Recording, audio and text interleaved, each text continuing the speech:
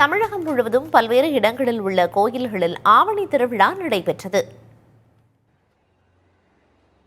ஆவணி மாத பௌர்ணமியை ஒட்டி தூத்துக்குடி மாவட்டம் திருச்செந்தூர் முருகன் கோயிலில் ஆயிரக்கணக்கான பக்தர்கள் சாமி தரிசனம் செய்தனர்.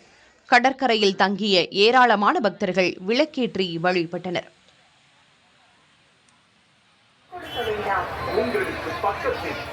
பௌர்ணமியை முன்னிட்டு திருவண்ணாமலை அண்ணாமலையார் கோயிலுக்கு லட்சக்கணக்கான பக்தர்கள் படையெடுத்தனர்.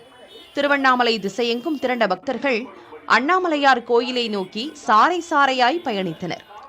1.5 கிலோமீட்டர் தூரத்திற்கு 4:30 மணி வரை காத்திருந்த பக்தர்கள் சங்கொலி முழங்கி நபரி வாத்தியம் இசைத்து அண்ணாமலையாரை வழிபட்டனர்.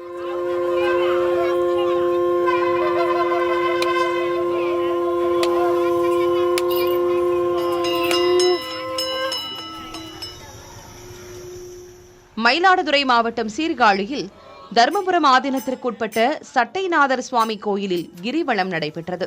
சிவாய நம ஓம் என மந்திரம் உச்சரித்தவாறு பக்தர்கள் வழிபட்டனர்.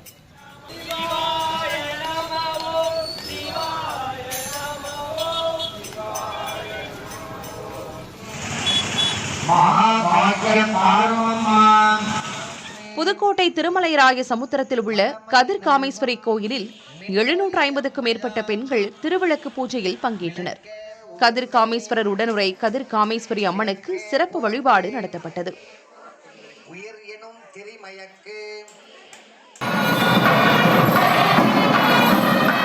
மதுரை மாவட்டம் மேலூர் அருகே அழகர் கோயில் கள்ளழகர் கோயிலில் ஆவணி மாத திரு பௌத்திர திருவிழா நடைபெற்றது.